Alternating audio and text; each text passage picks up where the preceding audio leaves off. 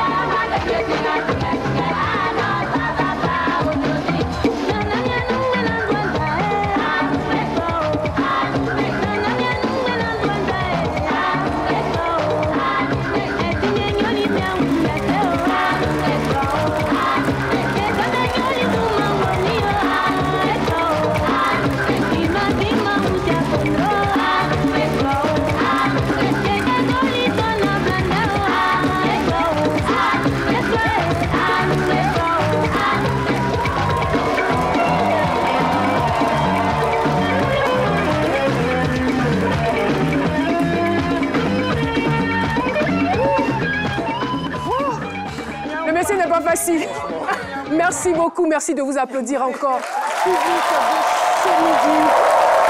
Et oui, c'est dans cette euphorique atmosphère que nous ouvrons les rideaux de ce spectacle du vendredi. Eh bien, la trame, elle est palpitante. Nous effectuons une balade culturelle au centre de la Côte d'Ivoire pour mettre en évidence les multiples talents et prouesses d'un digne descendant d'Abla Poku. Alors, vous faites bien de rester concentrés parce que c'est midi! C'est midi, c'est maintenant!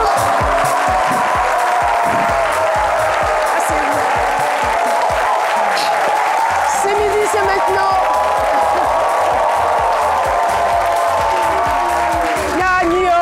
Nya-nio!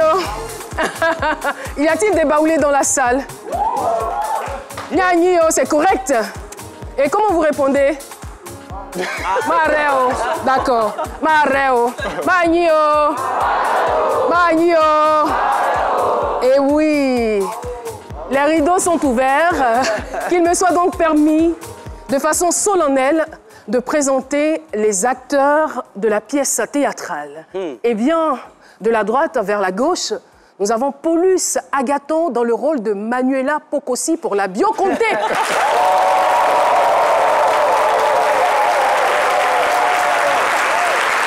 Ensuite,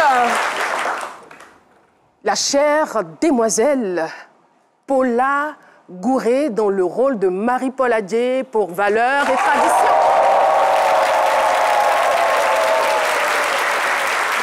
Mesdames et messieurs, je vous présente Docteur Philo dans le rôle de l'enquêteur.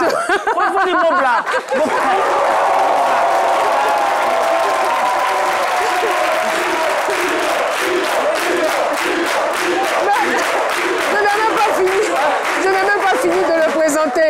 Alors, Docteur Philo, dans le rôle du détective privé. Philo, voilà, c'est tout. C'est tout. Pour la grosse enquête. J'ai eu peur, comment on dit les prénoms agissent là. Donc, j'ai dit, il ne faut pas dire non là-bas qui a me porté malheur. J'ai anticipé, mais j'ai dit, mon plat, c'est mieux. Vous êtes né quel jour de la semaine? Un vendredi à 15h35. Un vendredi. Alors, c'est Yao vendredi. Yao? Ah, d'accord. Yao, vous appelez Yao. Les Yao, là, ils ne sont pas forts. Moi, je suis né un jeudi, alors je m'appelle Aou. Oh, ouais. Raison pour laquelle on m'appelle la reine Aoussika. Voilà. Et oui, très chers téléspectateurs, voici venu pour nous le temps de recevoir l'acteur principal de ce jour. C'est une personnalité incontournable du milieu culturel en Côte d'Ivoire. Multidisciplinaire, il est à la fois enseignant, dramaturge, romancier, critique littéraire, journaliste, musicien. Et c'est sans surprise qu'il a été fait chevalier de l'Ordre du Mérite ivoirien en 1993 et officier de l'Ordre national en 2013. Je réclame un tonnerre d'applaudissements pour Tiburce Kofi.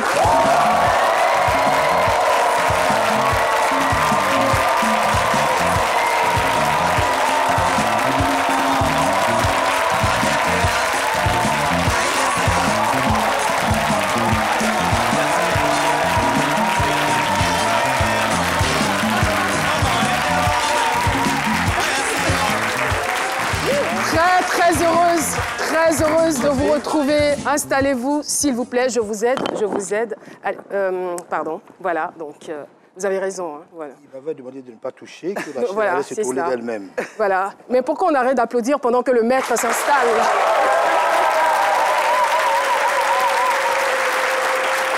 Eh oui, Tiburce Kofi est notre invité spécial de ce jour, auteur prolixe, prolifique, productif, tout ce que vous voulez, fécond, voilà, tous les mots qui vont avec. Eh bien, on est fiers de le recevoir à cette tribune aujourd'hui. C'est vrai qu'aujourd'hui, nous allons quand même faire l'étalage de votre parcours, nous allons mettre en lumière tout ce que vous avez fait durant toutes ces années, mais au-delà de cela, nous voulons vous faire vous sentir bien, comme vous ne l'avez jamais été sur un plateau de télévision. Ah bon? Si cela est fait, notre objectif serait atteint. Avec bien sûr la collaboration du public, c'est sûr que nous y arriverons.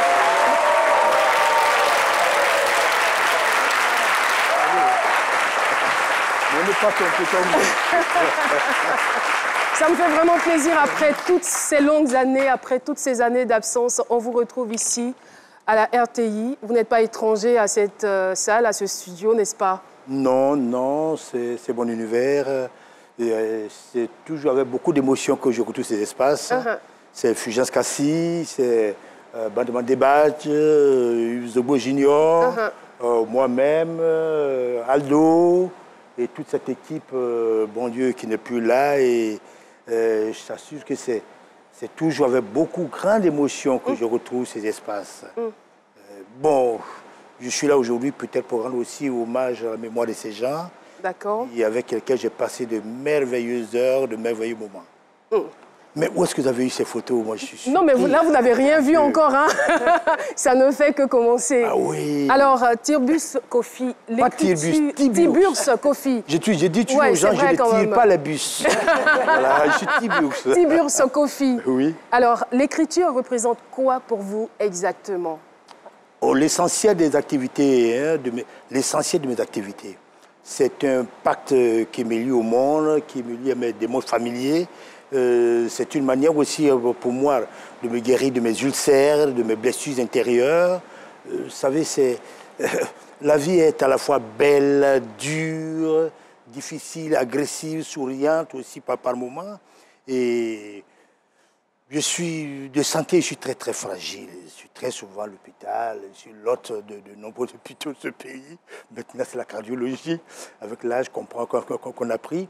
Et dans ces moments de difficulté, c'est l'écriture qui me permet de puiser au fond de moi-même les ressources essentielles pour ma propre renaissance. Tiburce, êtes-vous un homme heureux? Camus disait, je la pose à dessein. Camus disait, l'essentiel c'est d'être content. Mais je suis un homme gai de nature, j'adore rire. Je suis certain que le rire est un médicament, c'est le plus beau comprimé, le comprimé le plus efficace, c'est le rire. J'adore rire. Est-ce que je suis heureux? Je ne sais pas, je ne me préoccupe pas de savoir si je suis heureux ou non. Hein? Mais j'aime ce que je fais, je me sens bien de faire ce que je fais. Je n'ai pas le temps de m'ennuyer. Peut-être même que je n'ai pas le temps de me sentir... En tout cas, pas du tout. Je n'ai pas le temps de me sentir malheureux en réalité. Voilà. Ça, c'est plus que philosophique. Comme on le dit, l'ennui est la mère de tous les vices. Alors, il ne s'ennuie jamais, donc il n'a vraiment pas le temps d'être malheureux. Non, il y avait une dissertation que je donnais à mes élèves quand j'enseignais au lycée de Yopougon au cours des années 80. une citation de Voltaire. Le travail éloigne de nous 3 grands mots. La nuit, le vice et le besoin. Tout à fait. Je suis un homme continuellement au travail et en travail parce que je suis un créateur. Je n'ai pas le temps de m'ennuyer. J'ai la guitare, j'ai le théâtre, j'ai la poésie, j'ai le roman, j'ai les essais, il y a tout cet univers, il y a le journalisme, la politique aussi. De temps en temps, j'emmerdais les hommes politiques, j'ai décidé de ne plus les emmerder. Ah, ça, on le sait. Hein. Et eux aussi, maintenant, eux aussi me laissent tranquille. Alors, voilà. On s'est entendu, je ne parle plus d'eux, aussi ils ne parlent pas de moi, je ne les emmerde pas, ils ne m'emmerdent pas. Voilà, comme ça on est tranquille. Donc, alors, franchement, je n'ai pas le temps de m'ennuyer. Donc, vous aimez forcément la vie. Vous aimez aussi la femme. Enfin, je veux dire... je pense que vous allez dire les femmes. Bon, je préfère dire la femme. Et après, on va savoir si c'est dans son anatomie ou si c'est de façon poétique. Pourquoi je voulais qu'on aime la femme de manière poétique? La femme, c'est aussi un corps, c'est une beauté pour la célébrer. Je ne suis pas que poète, je suis un homme qui a bien, bel et bien, qui a du sang dans les veines. Qui a soi. Qui a du sang dans les veines. Si, j'aime la femme. Ah oui, j'aime la femme. Moi, c'est la plus belle créature de Dieu. J'ai une fois dit que... Oui.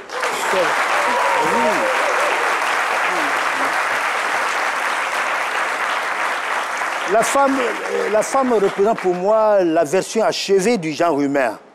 C'est cela, la femme. Un homme sérieux qui dit qu'il n'aime pas la femme, on ne peut pas être un homme sérieux et puis dire qu'on n'aime pas la femme, mais pourquoi on ne l'aimerait pas? C'est la chose la plus belle. Un homme normal et sérieux doit aimer la femme. Oui, j'aime la femme, j'aime les femmes, je me sens bien les femmes. Je sens que cette émission, je vais la trouver passionnante. Eh bien, tout au long de l'émission, nous allons apprendre à connaître, à découvrir et à mieux connaître notre invité spécial de ce jour. La Zoom compile pour vous tout de suite et maintenant. Que retenir de lui? Le fonctionnaire au service de son pays ou le littéraire? Enseignant certifié de français depuis 1981, Tiburce Kofi intègre le ministère de la Culture en 1994, d'où il est nommé directeur général de la Bibliothèque nationale au début des années 2000. D'octobre 2011 à janvier 2015, il se voit confier la gestion de l'INSA et en février 2020, il débarque à la tête du conseil de gestion du Burida, auteur de plusieurs chefs-d'œuvre littéraires.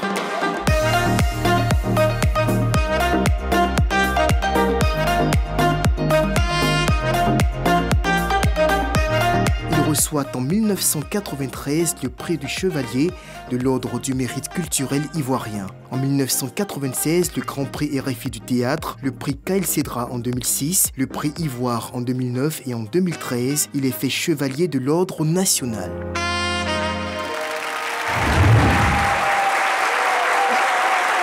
Et oui, on est fiers de recevoir Tiburce Kofi sur le plateau de ces midis, Terre de misère, Côte d'Ivoire, l'agonie du jardin, l'embarras de Dieu, le paradis infernal, la médaille de la honte, mémoire d'une tombe, Ivoire de la littérature francophone, parole de Côte d'Ivoire, le mal-être spirituel, l'amour est un grand pleur, mémoire d'une tombe. Si je veux tout citer, on ne va pas partir d'ici. Hein.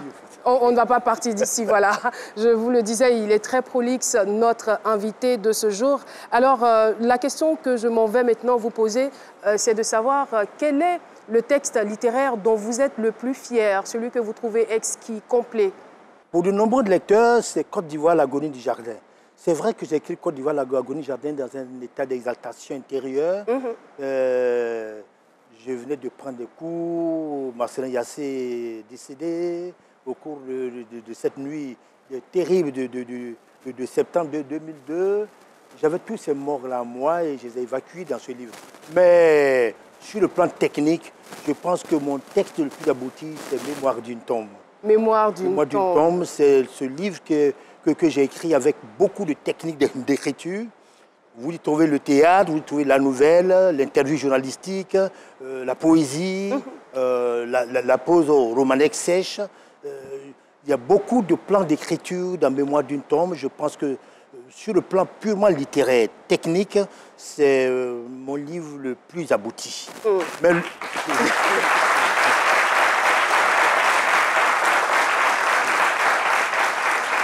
C'est un livre de 514 pages. Il comprenait 700 et quelques pages et mon éditeur m'a dit, écoute, Tibus, on n'a pas le temps de lire, il faut réduire.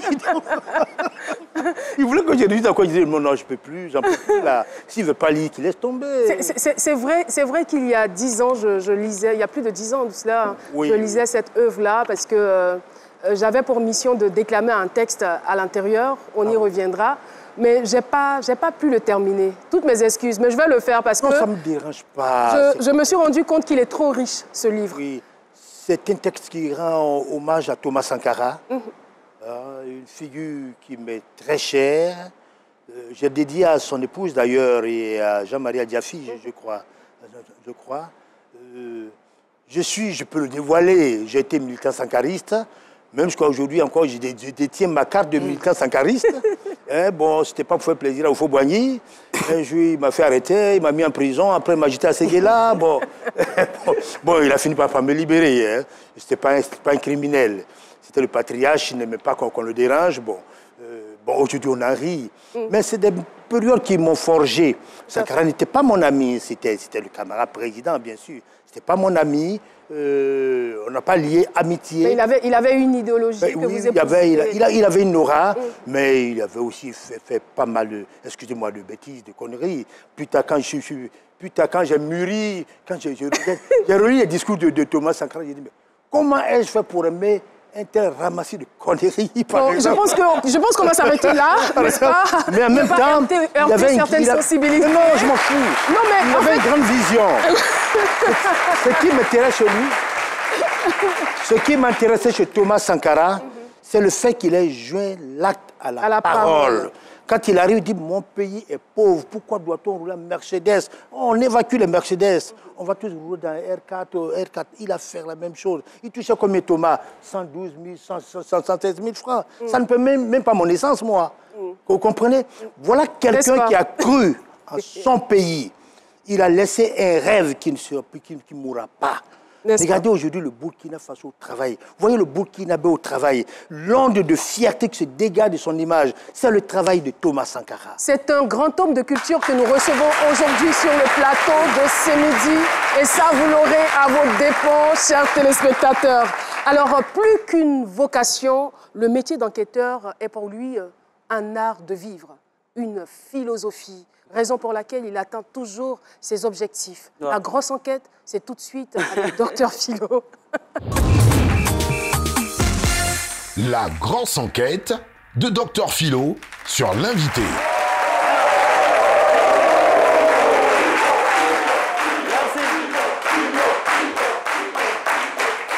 Alors la grosse enquête, vous savez, c'est aujourd'hui que la grosse enquête aura tout son sens. Parce que les grands hommes, il faut faire de grosses enquêtes. Voilà. Oui, il est là, notre enquêteur. Notre enquêteur, voilà. Regardez dans cette direction. C'est vous. Voilà. Il a des m'avait pas encore vu, hein. Alors, l'enquête, alors là, je suis fatigué, Caroline. Nous sommes rentrés à 3h, 4h du matin avec toute mon équipe. On a quitté Korogo, on est passé par Boaké et vraiment, c'est des investigations de taille et tout y est. Et je dirais tout simplement félicitations à toute l'équipe de la RTI qui m'accompagne et toute l'équipe de la grosse enquête. On a vu tous les sages, tout est là, sur lui. Et je vais dire tout simplement, Niamey, Agno, Niamey, parce que c'est son nom africain. Niamey. Ouais, Niamey. Vous savez, Niamey. Niamey. Monsieur Dupalmier. Monsieur Dupalmier. Voilà. C'est pourquoi il ne boit pas Bandji. Oui. mais c'est vrai en plus, je ne bois pas le Bandji. Alors, écoutez, alors, monsieur Tibus Kofi a eu une enfance vraiment animée. Une enfance remuante. Qui t'a dit ça? C'est les enquêtes. Ah bon, d'accord. Voilà. Bon, excusez-moi, on va recadrer. En fait, je suis allé faire des recherches. C'est quand même 6 mois de recherche. Hein? 6 mois de recherche. Et je suis arrivé à 3h du matin. Là, c'est moi qui parle. Tout est vrai ici. Vous aimez la vérité, on va vous dire la vérité. Tout ce que les gens ne savent pas. Alors, une enfance beaucoup remuée quand même, animée. Et déjà, dès son bas âge, quand il était jeune, il disait d'aller. C'est quelqu'un qui aime la vérité. C'est révolutionnaire. Aïe. Mais quelqu'un qui ne son pas lui dit, moi je t'appelle Jules Tibus. Il dit non. Je m'appelle Jules. Tibus, là, je ne veux pas.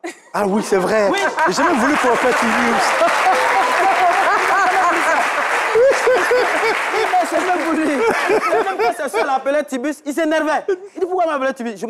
Pour lui, c'était Jules ou rien. Ça aide dans les enquêtes. Mais une précision. Ma soeur Joséphine allait frapper les gens qui m'appelaient Tibus. Parce que je pleurais quand on m'appelait Tibus. Selon ce qui ressort de notre enquête, c'est qu'il allait à l'école pour faire plaisir à ses parents. Non. Non. Lui, il avait déjà sa vocation. C'était la culture, c'était la musique, c'était déjà dans sa tête. Lui, il partait à l'école pour... C'est dans la grosse enquête. Ne me regardez pas comme ça. Lui, non, mais je suis étonnée. Vous avez dit 6 mois de recherche. Oui, 6 mois de recherche. Il partait à l'école et il n'était pas aussi un très bon élève. Il n'était pas un élève studieux. Voilà. Pour lui... Là. Vous savez que ces élèves sont là, ils ont perdu. Ils parlent de nos... C'est la tête. Parce que c'est le monsieur qui a été renvoyé du lycée à 2 reprises. D'abord au lycée classique de Boaké, parce que pendant que lui jouait guitare, on dit sort. Il est venu à Grand Bassam. Il est arrivé encore au lycée de Grand Bassam. Il jouait guitare. On dit sort. 2 fois.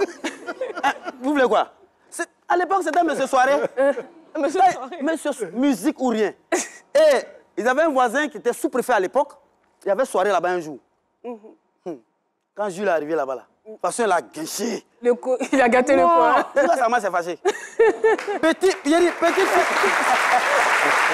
Comme on le dit chez nous, il a chargé la fête. Il a chargé la fête. Il est arrivé sur la piste des gens. Quand il voit la vieille fâchée, il dit, on est venu à la fête déjà, nous invités. Et sa soeur lui dit, sa soeur dit à sa maman que non, au fait, c'est parce qu'il sait danser que les gens lui ont laissé la scène. Et il y avait, ce jour-là, il y avait l'épisode même. Parce que vous savez, avant, quand tu danses bien comme ça, les filles te regardent. Il y avait la nièce du sous-préfet qui a flashé sur...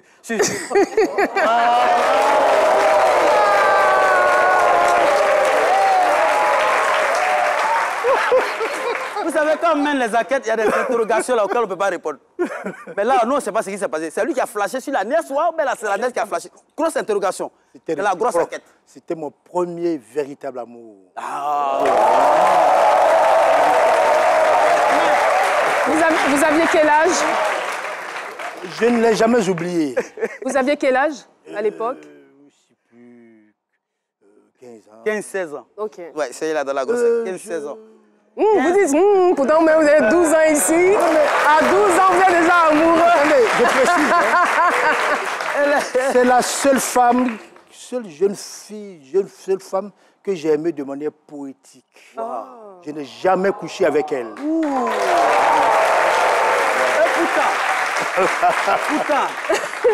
Pourtant, quand la maman de la fille allait voir la maman de Tibus pour dire, il faut dire à ton fils de laisser ma fille tranquille. Ma fille, elle doit aller à l'école, elle doit réussir. Lui, s'il s'élève, il attend que la femme rentre chez elle, il s'en garant pour dire, il va mettre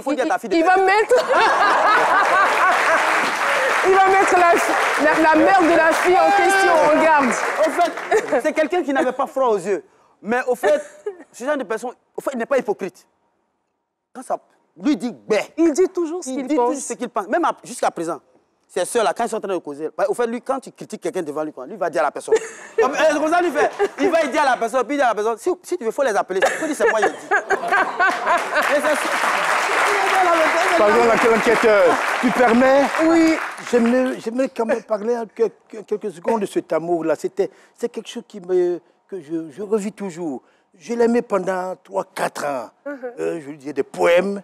Et puis, elle est venue à Abidjan passer des vacances. Elle revient avec une grossesse. Non. Mais j'ai pleuré, j'étais malade. Je crois que j'emporte encore les séquelles. Ça, c'était une grossesse théâtrale. Non.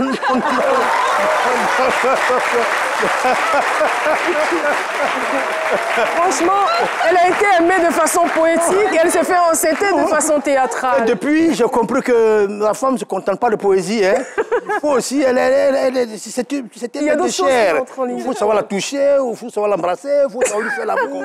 Et c'est la chose que je ne faisais pas. Elle est venue avec une grossesse et puis je l'ai perdue. Voilà mon... Yako. Au-delà de tout ceci, c'est quelqu'un qui a beaucoup de famille. C'est quelqu'un qui aime l'être humain. C'est quelqu'un qui aime son prochain, franchement. Et le monsieur, lui-même, il a dit tout à l'heure, moi-même, j'avais peur de dire à faire des prisons là, mais lui-même, il a dit, prison là, je voulais camoufler un peu. Mais quand il était en prison, dans les années 80 à Séguéla, il est sorti, il a demandé la permission pour aller voir son bébé Mon camp. Depuis qu'un prisonnier demande permission pour sortir, lui, il l'a fait. Il dit, il faut que j'aille voir mon bébé. Oui, il l'a fait. Il a eu beaucoup de chance dans sa vie. Il a rencontré Elogne au CEG de Korogo à l'époque, qui lui a appris à jouer la guitare. Il a eu la chance également à Korogo de rencontrer Alpha Blondy. Donc c'est quelqu'un qui a eu beaucoup de chance dans sa vie. Et puis, parlant de l'enquêteur, quelques petites rectifications. Oui. Hein? L'histoire de Séguéla. Bon, ça, c'est la version officielle. La version qu'on donne aux gens, qu'on dit aux gens. Mais aujourd'hui, 30 ans après, on peut dire la vérité aux gens. On m'a fait sortir du camp, on a protesté de la naissance de ma fille pour que je vienne rencontrer les autorités, le président Oufouet-Boigny, le ministre Jean-Kona Bani. Ils m'ont reçu en présence de Maître Adam Camille et Zadi Zaourou, mon maître, comme témoin. C'était pour négocier notre sortie de Séguéla, sans bruit. Donc, on a protesté, oui, sa fille est née, il lui faut faire les papiers. Et puis, on m'a fait sortir. On allait me chercher en hélico, on m'a ramené en hélico. Bon, en réalité, c'était pour négocier. C'était un prétexte, en fait. Je n'étais pas le seul en prison, nous étions 13 qu'on avait arrêté. Laurent Akoun, Gane Bertin, Jean-Albert Agbray, moi-même, Adé Honoré, Adé Désiré, Méa Jean, mon vieux compagnon. Donc, on était plus d'une dizaine. Ça faisait... Et puis, sans oublier le temps qu'on a passé ici en prison, avant qu'on nous déporte à Séguéla. Ouais. Il fallait qu'on sorte de cette histoire, qu'on continue à rester là-bas. Il y a quelqu'un qui nous a dit, si vous ne sortez pas là, les gens, excusez-moi, les gens vont baiser vos femmes. Hein. Voilà, moi, je ne peux pas vous le dire. Je comprends maintenant pourquoi est-ce qu'il est un bon écrivain. Mais c'est pas une mémoire d'éléphant. C'est pas pour cela qu'on est allé négocier. On est allé négocier parce que notre vocation, ce n'est pas d'être en prison. C'est pas d'être en prison. C'est d'être dehors, de continuer à mener le combat, d'instruire les jeunes gens. On avait un certain capital de savoir. Il fallait instruire ces enfants, il fallait les former. Et la prison n'était pas l'endroit où on devait être.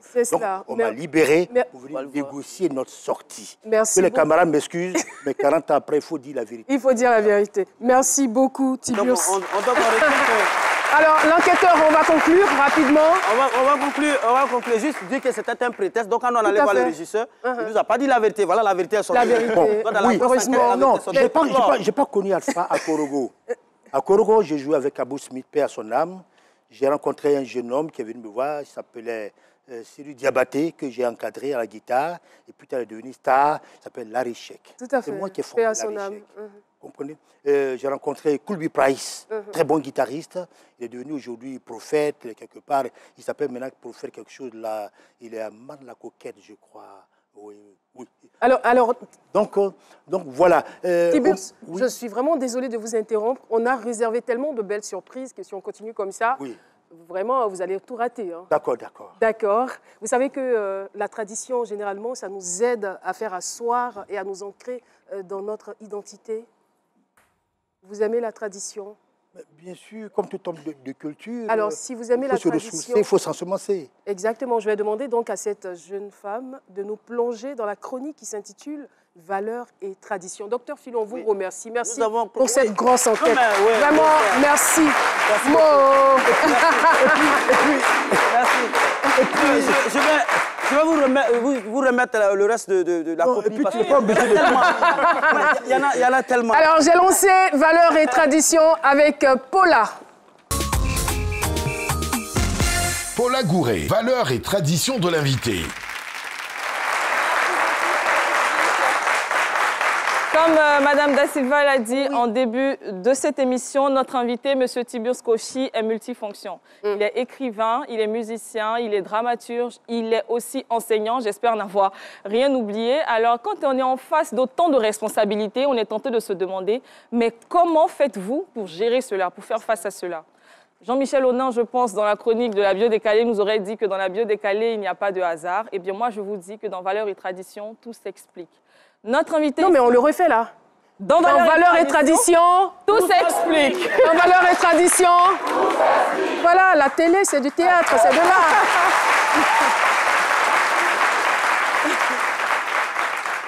Notre invité, M. Tiburce, vient du centre de la Côte d'Ivoire, précisément de Boaké. Il est baoulé de père et de mère. Et son village se situe à 40 km de Botro et se prénomme Awaïnou, qui signifie, il a dit tout à l'heure, le village des chiens dents, c'est ça? Pas 40 km de Botro. À combien de ouais, nous, c'est dans Botro. Dans Botro même. C'est un village de Botro. De Botro, d'accord. Ok. On est sur 30 et 40 km de Boaké. De Boaké, voilà, justement. Alors, on le sait tous, le peuple baoulé est connu pour être un peuple très brave, mais aussi surtout pour leur qualité. En fait, ce sont de très bons chasseurs, de très bons tisserands, de très bons sculpteurs. On peut remarquer avec les différentes sculptures qu'il y a sur le plateau. Et les femmes baoulées sont-elles de très bonnes cuisinières. Donc, quand on est natif d'un peuple qui a autant de cordes à son arc, il est tout à fait logique que notre invité soit aussi polyvalent, professionnellement parlant. Pour ce qui est des valeurs de notre invité, j'ai joint au téléphone ses proches et ils sont tous unanimes. Derrière son fort caractère, ses prises de position, Monsieur Tiburce Kofi est quelqu'un de très généreux. Il n'hésite pas à aider toutes les personnes qui viennent lui demander de l'aide. Il est présent pour tout le monde, peu importe l'origine de la personne. C'est quelqu'un qui est présent et qui aime beaucoup les autres. Mais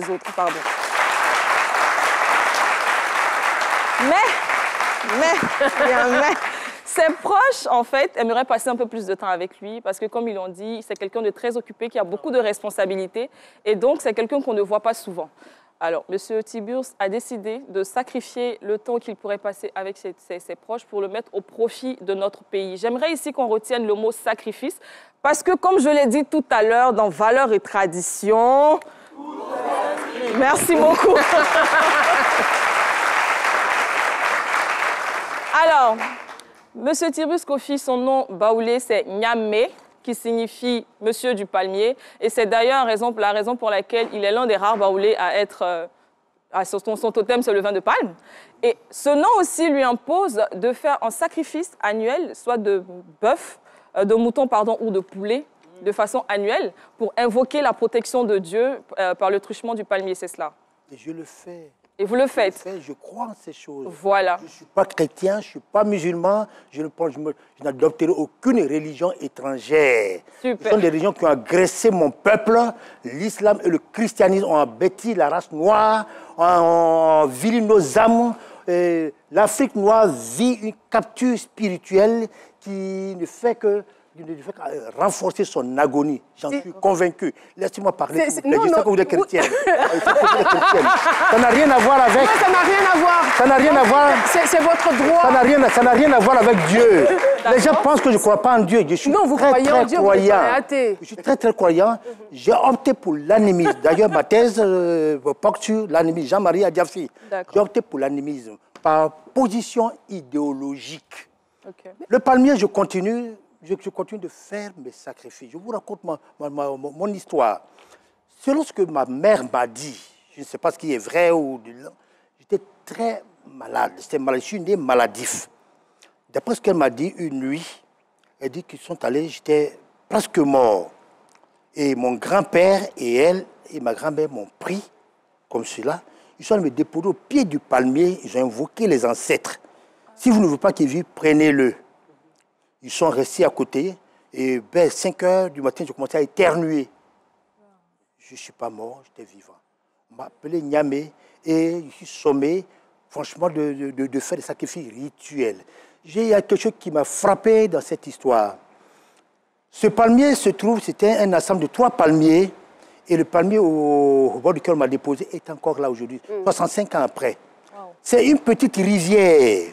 Quand on était petit, c'est là-bas qu'on allait prendre l'eau pour boire. Botro connaît des graves moments de sécheresse. Mais ce petit point d'eau n'a jamais été sec. On continue. Je suis arrivé chaque mois maintenant, depuis que quand je suis là, chaque mois, je m'en vais au village.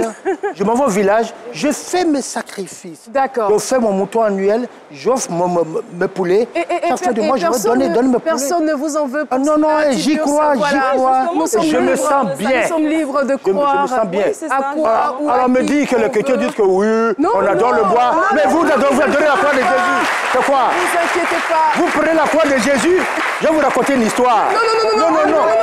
Non, ça n'a rien à voir avec ça. Ça concerne ma mère. Ma mère décède. Mais ceux s'en vont prendre ces statuettes et les jettent. Dans le caveau, on s'en va mettre la statuette de Marie. Je leur dis, ce mois-ci, je m'en vais jeter la statuette de Marie et je mets les statuettes de ma mère. OK. Voilà. Il Faut faut qu'elle entende ça. Je pense qu'on va conclure. C'est la fin. C'est la fin. De votre chronique. Chronique. Nous étions dans valeurs et traditions. Tradition. Sur ce, sans commentaire, nous allons pour la pub.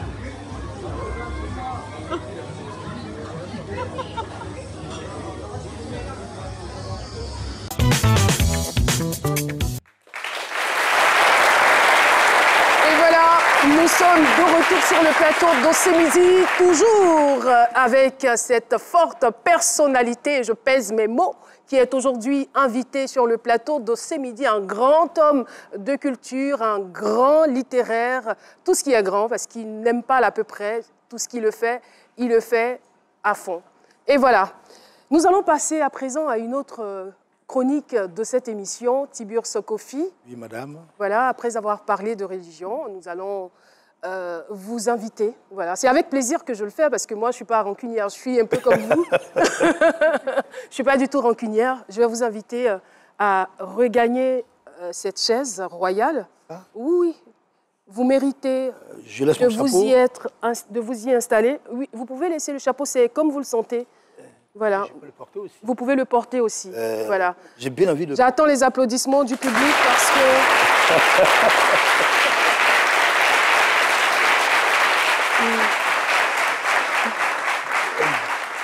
Vous savez que l'ADN de cette émission, c'est de célébrer nos invités spéciaux du vendredi, de célébrer leurs prouesses, de célébrer leurs mérites.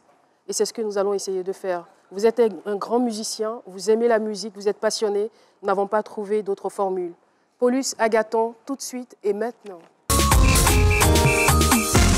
Paulus Agathon, la bio comptée de l'invité.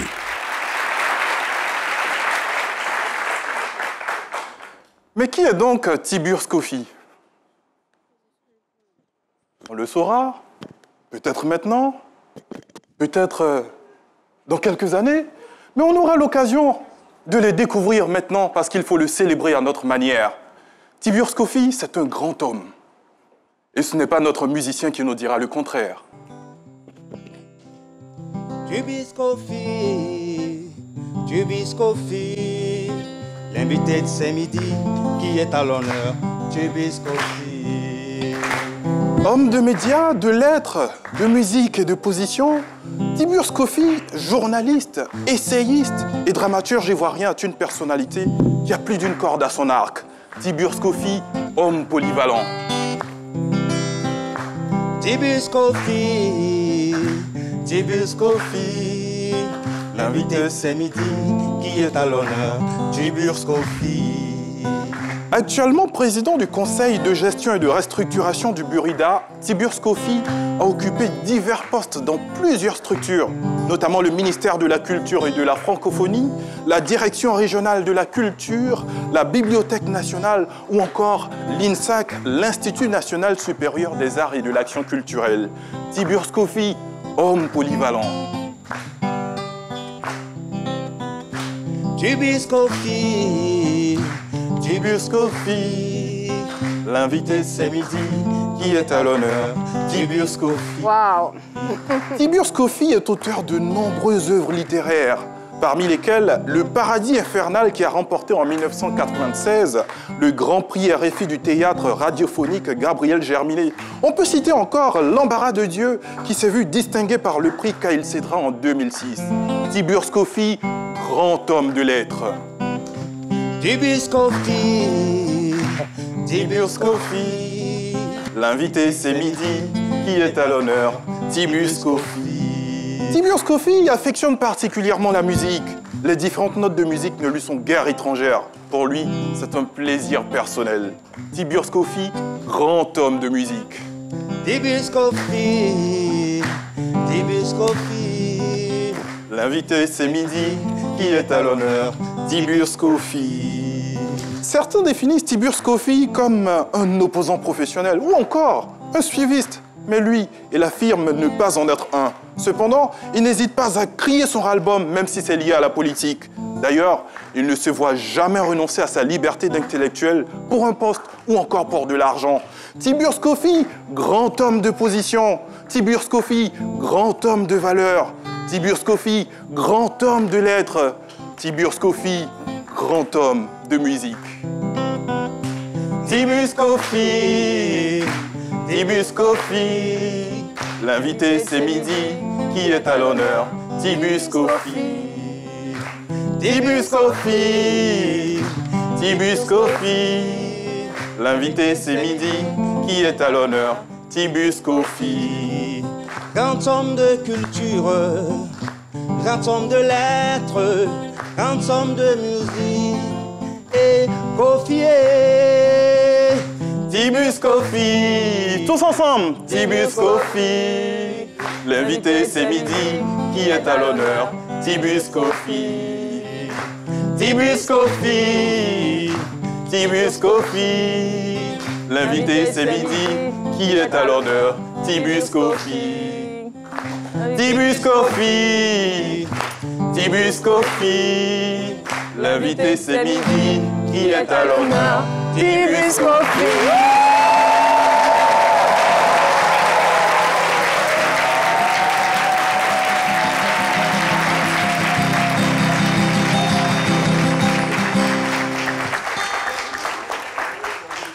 Tiburce Kofi, je me rapprochais de vous pour prendre vos impressions, mais vos émotions parlent d'elles-mêmes, raison pour laquelle je vais conduire nos chers téléspectateurs à la deuxième coupure pub et on se retrouve pour la suite de cette émission.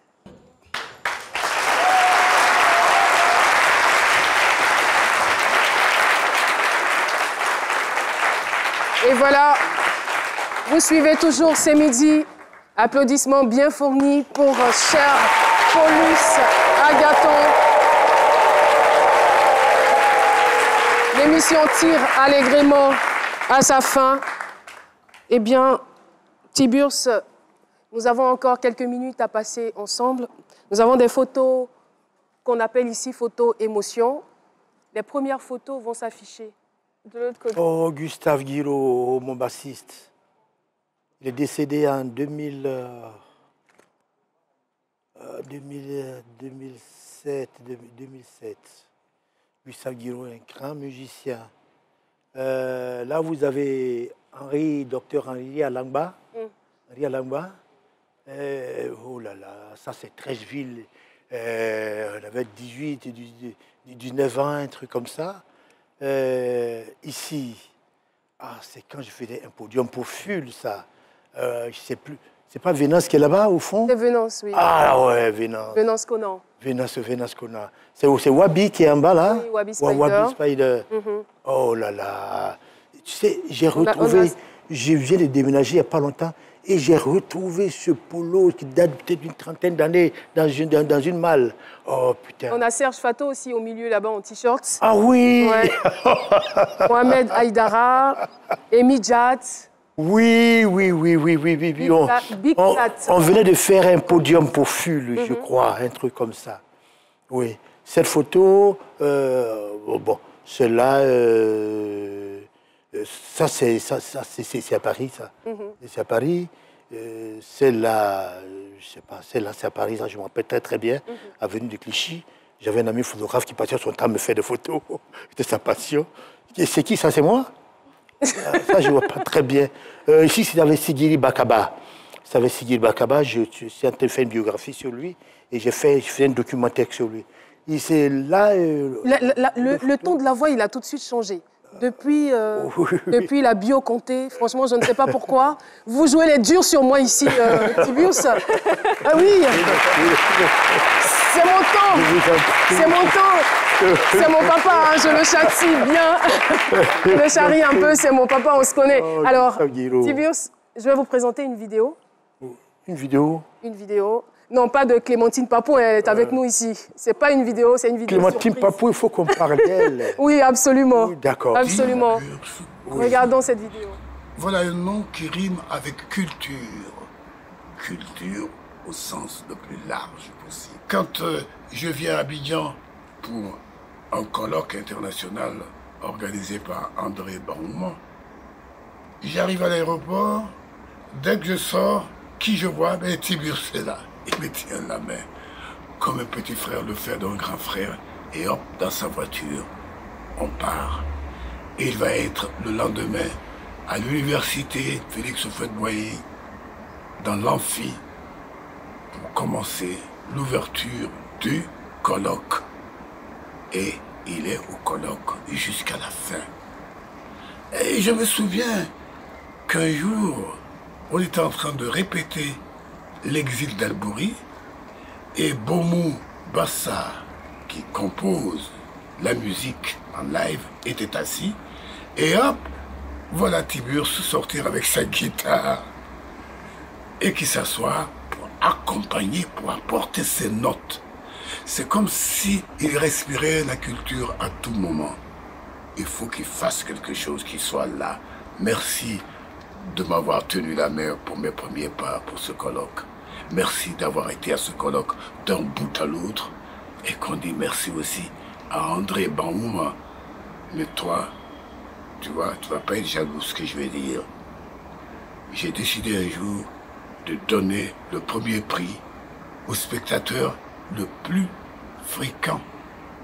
Et oui, j'espère que le doyen Bernard Dadier ne sera pas jaloux.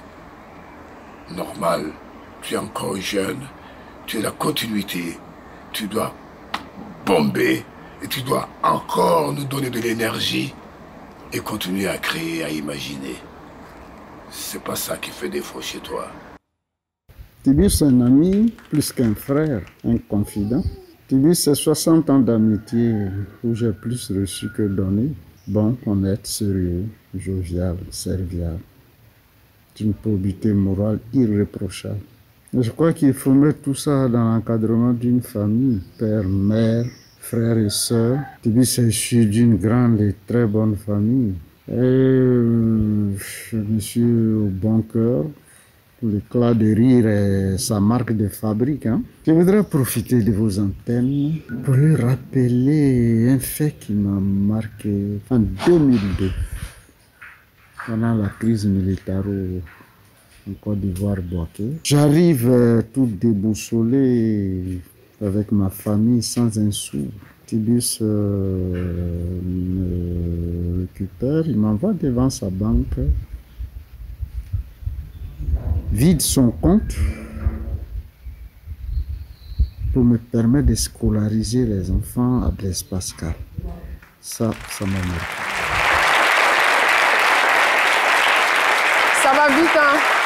Nous avons vu donc les vidéos de Sidiki Bakaba, un grand homme de culture également, et bien sûr de votre ami Aboulaye Ouattara. La Karogang TV qui va maintenant s'installer pour déclamer un extrait du livre « Mémoire d'une tombe » de Tiburce Kofi. C'est parti.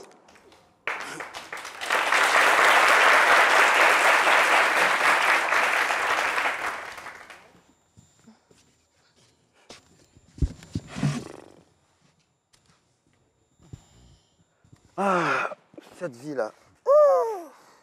Merci. Ah, il y a les clos. De même qu'à Abidjan. Et sans doute qu'il était ici,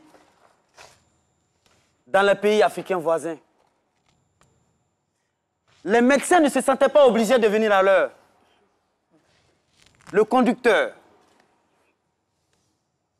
L'enseignant. L'enseignant. Le bureaucrate non plus. Les bureaucrates. C'était la race des fausses initiés qui tirait la société vers le bas. On les remarquait par deux défauts majeurs, la lenteur et le retard. Il traînait les pieds. Une habitude qui avait gagné tout le monde. Car là-bas, à Yaleklo, contrairement à Paris et à la Havane, et sans doute à ce qui se passe dans les pays dirigés par les hommes blancs. Et tout se vivait sur le mode de la lenteur et du retard permanent. Le ministre venait en retard en conseil de direction. Et parfois, on l'attendait même parfois, pendant des heures. Le maire arrivait en retard. Les conseillers municipaux ainsi que les administrés attendaient. La secrétaire arrivait en retard et on attendait. Le patron arrivait en retard et les dossiers attendaient. Ça, c'est rien. Le public arrivait en retard et l'artiste angoissé attendait. L'amante arrivait en retard et le malheureux soupirant attendait. La fiancée arrivait en retard à la mairie. Son fiancé, ses amis et sa famille. Et même le maire attendait. Mais ça, c'est rien. Le médecin arrivait en retard. Et le malade finissait parfois par mourir d'avoir trop attendu. Le préfet, le député, même le pompier. Le secrétaire général. Et même la vendeuse de bouillie du matin arrivait en retard. Le président. Enfin, surtout lui, hein. Et arrivait tous les jours en retard. Et tout le monde attendait, oh. Attendait. Le président aussi. Là. Est-ce qu'on va s'en sortir? On ne peut pas s'en sortir. Si on ne peut pas s'en sortir, nous aussi, on n'a qu'à sortir. On va sortir.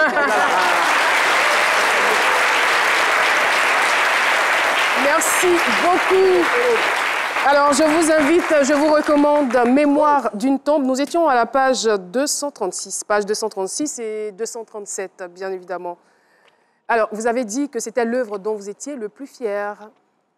Oui, parce que, comme je le dis, là, c'est l'enseignant des lettres qui parle, c'est le critique littéraire qui parle.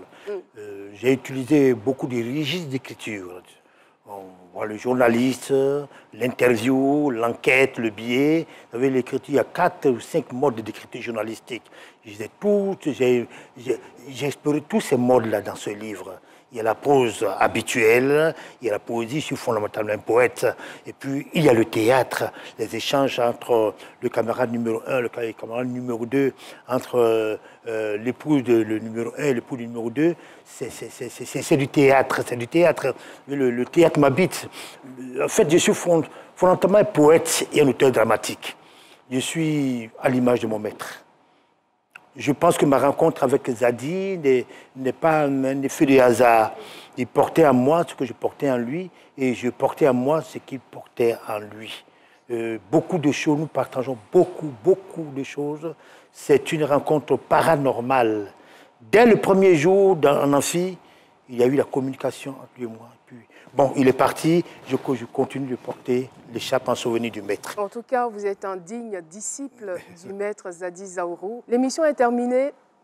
On ne saurait vous dire au revoir sans prendre quelques mots, sans vous arracher quelques mots, des impressions à la fin de cette belle balade culturelle.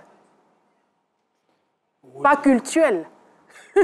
J'ai envie de dire que vous avez eu raison de moi. Il est tombé les armes à la main.